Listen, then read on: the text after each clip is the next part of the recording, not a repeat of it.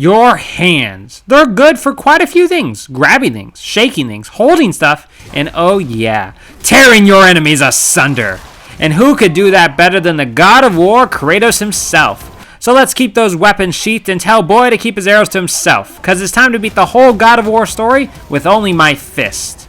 Sure, there's a shield attached to those hands, but that's normal for people, right? I mean, imagine going through life without a giant shield attached to your arm. That would be pretty boring and frankly dangerous living, so it doesn't count against the challenge. All other weapons are a big no-go though. God of War spoilers ahead. Choosing the God of War difficulty for maximum carnage and tears to be shed? Mainly, my tears. It's time to go show off Kratos' manicure.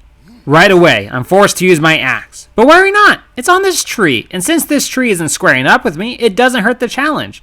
Only in combat does the challenge count, so all puzzles and moments where I can't control Kratos are obviously not against it. Having bested the tree, Kratos carries it with his son, Boy, I'm pretty sure his name is, and uses it for his wife's funeral. With her passing, Kratos must face the toughest challenge of all, being a single parent. Thankfully, he gets to bond with his son in his favorite pastime, punching things. While Boy stands by, I fight off the first attackers of the game, the Draugr. I've beaten all of Marvel's Spider-Man without getting hit once. I'm pretty sure I can take these guys no problem.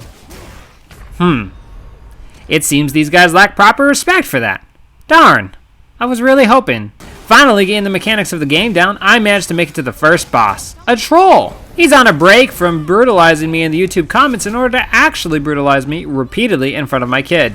Not sure which hurts more. He's not a very complicated boss, but I'm not a very complicated gamer, so it takes a bit for me to figure out the timing and bring him down.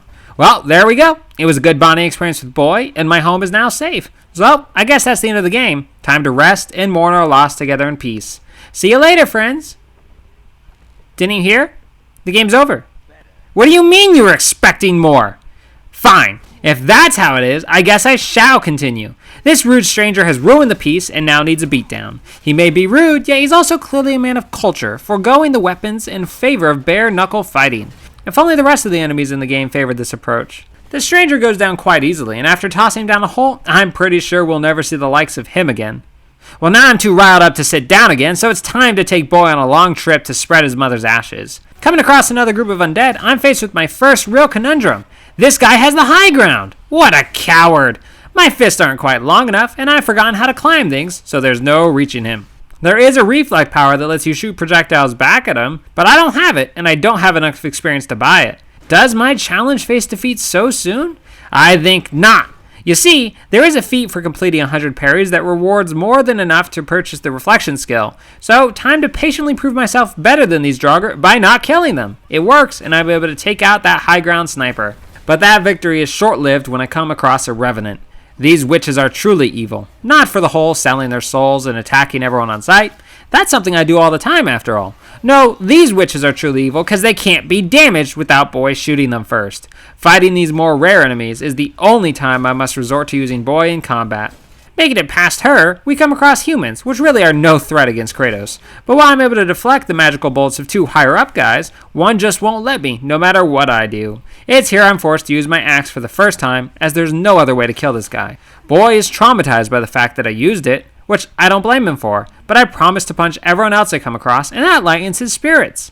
After taking down another troll, I teach my son to shoot wild animals for fun. Turns out, this boar is besties with the Witch of the Woods. She demands we heal her boar buddy, and we got nothing better to do, so we do.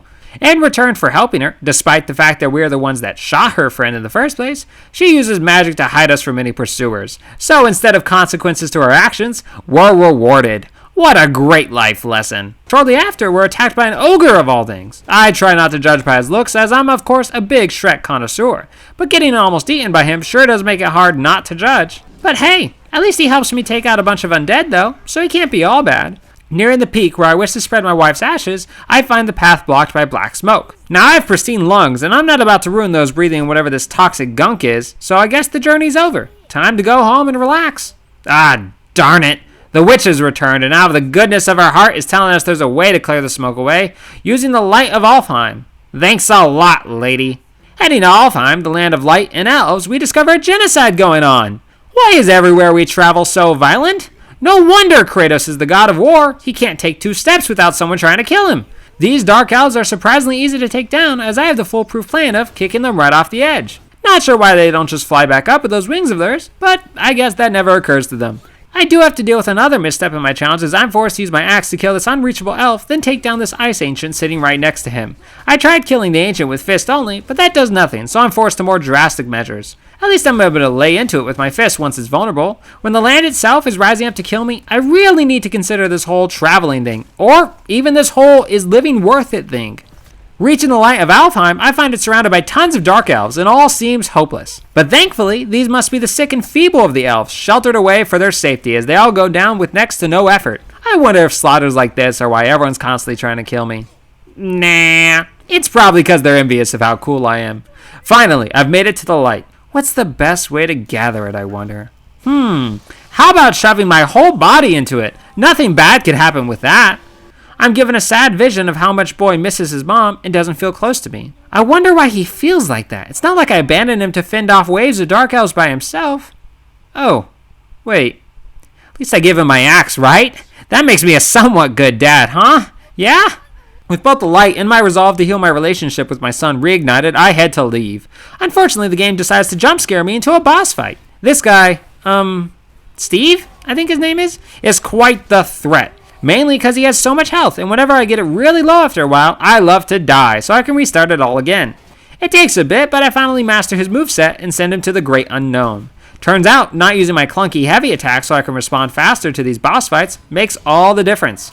It's just so hard to make myself do, since A, I'm an impatient idiot, and B, no, A covers it completely. Now that I have the light, I brave the black smoke and make it to the mountain with my lungs intact. Inside, I'm pit against Draugr, who now have magic explosive auras, making it impossible for me to poke them without falling like a brick. But thankfully, there's a simple solution of running like crazy away, till I can reflect projectiles back at them. Perhaps someone should tell them that if they just don't shoot at me, they can easily win. It turns out it's that time again. Troll time! These guys are everywhere, and this guy's an Icefoot to help him out. He would be super simple to take down if these explosive minions weren't trying to also kill me at the exact same time. Kindly, one at a time please, fellas.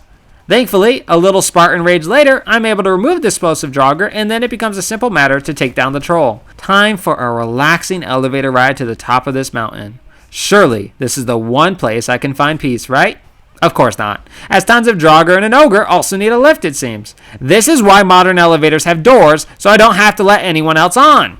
Clearing them out, we're immediately attacked by a dragon, because, of course, that might as well happen. Helping the dragon with her pedicure, she takes off without pain, and we have to track her down. Can't have her not pay, and I guess also not eat our dwarf friend here. She's actually incredibly simple. Being so massive means she heavily telegraphs all her attacks before she does them, and I'm also given rock bombs that I have to use on her to progress the fight. These are just part of the fight, and what really is a rock but a fist that's thrown anyway, right? With the unpaying customer taken care of, Boy and I are finally able to reach the peak. This is a very busy peak of the world, though, as the stranger from before, plus Thor's sons are already here talking to a man stuck in a tree. Really thought I'd gotten rid of that guy. When they leave, we also talk to the man in the tree, and as it turns out, we're on the wrong frickin' mountain. Really wish my dying wife's instructions had been a tad clearer. Not sure how much I trust a man stuck in a tree, but he told me he's the smartest man alive, so I guess I have no choice. The actual mountain I need is in Jotunheim, the land of the giants, but no one can get there since the tower mysteriously vanished with the last of the giants. Oh well, we tried. Game over, I guess. Time to go rest. But nope, turns out Tree Guy here actually knows the key to finding our way there. So I guess I'm gonna have to lug an entire tree everywhere now. Oh wait, nope. We're just cutting off his head and having the witch revive him. That works too, I guess. Witch Lady here is actually the goddess Freya, which Kratos no like. So with our head in tow, we storm out like a petulant child. First things first, get the key to the giant's door. But in order to do that, we have a few fights between us. First, these werewolves, because sure, that's what I needed to get killed by now too. These guys aren't the hardest, but they're quite annoying if one fights them too aggressively, which, continuing my impatience streak, I do. Making it past them, I accidentally wake up an Ice Ancient. Frosty here isn't a mandatory fight, so I try and flee, and when I find I can't, I allow him to ice me. Sure, it probably traumatizes Boy, but I do what I gotta for the challenge. Then comes a whole horde of enemies, including 2 ogres, and I'm very happy to say I managed to take them down all in my first try. Maybe, just maybe, I am the god of war after all. Oh, never mind. The game realizes I've gotten a big head, and I get to spend some time dying to this heavily armored Viking. And when he dies, I get an elevator sequence. And if there's one truth about gaming, it's that elevators are the worst. especially when it's a magically powered elevator that will crumble beneath us if I don't kill fast enough. And that's only if I can survive attack after attack by suicide bomber squid creatures and waves of undead, plus a revenant to top it off. Getting this far has only been through very defensive tactics that I now have to throw away in favor of a highly aggressive one, so that I can beat the time limit. But that darn revenant just never seemed to want to die quick enough, did ya, pal? After a good hour and a half, I managed to luck out and instantly stun the revenant, allowing for an instant kill. That's the beauty of suffering, isn't it? The greater the amount, the greater the feeling of success when you finally pull it off, right? And then you immediately get thrown into fighting another giant troll, 3 more werewolves, and an ogre. And when I finally beat those guys, look, it's 2 bosses. Magni and Modi, the sons of Thor. Fun, fun stuff. I've come this far, though, and it's time for the most epic of fights. I'll give them that 1. Now, to win. Alright, I guess I can spend another hour fighting these guys. In theory, I don't consider these 2 very difficult. They honestly have a very predictable moveset, but they make up for that with being, 2 of them. Both being rather aggressive, leading to many strikes occurring at the same time from them. So basically, I dies a lot. Thankfully, they have a couple of checkpoints that allow me to restart mid-fight instead of fully start over, like I had to do with Steve earlier. That's all that saves what little sanity I have left. Magni finally falls, forcing his brother to flee, but I feel Boy might get a little too into all this. Who knew bringing a small child into endless battles could possibly mess with his psyche? I'm sure this is what his mother would have wanted at least. With the first part of the key gained, it's time to grab the second. But what's this? An ambush by Modi, Thor's son who had fled, leads to Boy comatose, but it does give Kratos the emotional strength to push through the pain, scaring Modi away. So it all balances out. In order to cure Boy, I need to venture into icy hell, but if I'm going to do that, I need Kratos' old Chaos Blades.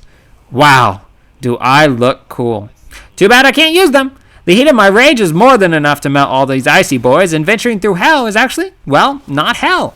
When I come across the hallway monitor of hell, I'm surprised to find he sure fights a lot like a troll, but this time, he can portal. Spooky, though he doesn't have the best perception of his surroundings.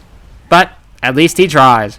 Having acquired his heart, I give it to Freya to feed to my kid. Nothing like eating the heart of the guardian of hell to pick you up when you're down. With Boy all better, we're ready to seek out the second part of the key to Jotunheim. There's plenty of guards here, but my Spartan heritage tells me bashing them into a hole is definitely the best move.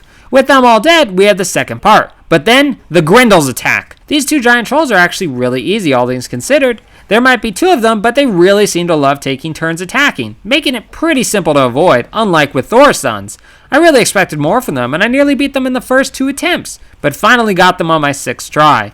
It really hurt when I died on my 4th attempt, with one of them fully dead and the second a heartbeat from it. Arrogance truly does kill.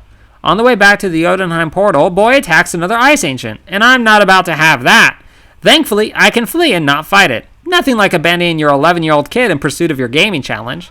Reaching the portal, my quest is finally at an end. All we have to do is step through, and we're golden. But nope, the stranger, who we now know is Baldur the Invulnerable, has caught up to us, so time for a big fight.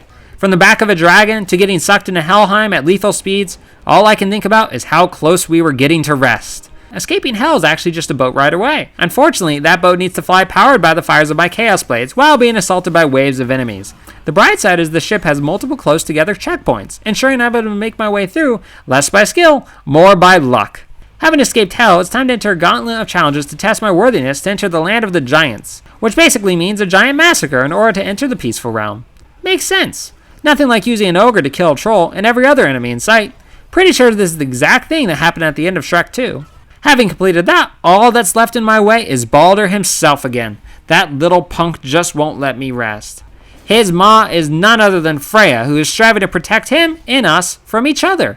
But it really proves very useful to me to keep knocking him into her traps so I can wail into him. This fight is truly all about patience, as I do such little damage to him as he switches between his ice self and his fire self. This whole fight manages to take an hour and a half after numerous defeats, but the main problem is truly just how little damage I do to him rather than any of his actual abilities. If the fight didn't have the 2 checkpoints that it does, I think I'd cry. But at least when I do best Baldur, I do it with full health so I can pretend I did it perfectly. If you don't count the 25 or so deaths. Freya curses me for killing her son, but I don't understand. Are you telling me killing her son is not a good payment for all the kindness she's done me the entire game? Huh. Confusing. Well, never mind the consequences of my actions. It's time to go to Jotunheim. Kratos slaughtered hundreds, tracked across multiple realms, killed multiple gods, and literally went to hell and back twice. all so that he can get to this peak and spread his wife's ashes with boy at his side. Now that's commitment. And with that, huzzah! Despite a couple minor hiccups, this challenge went pretty smoothly overall.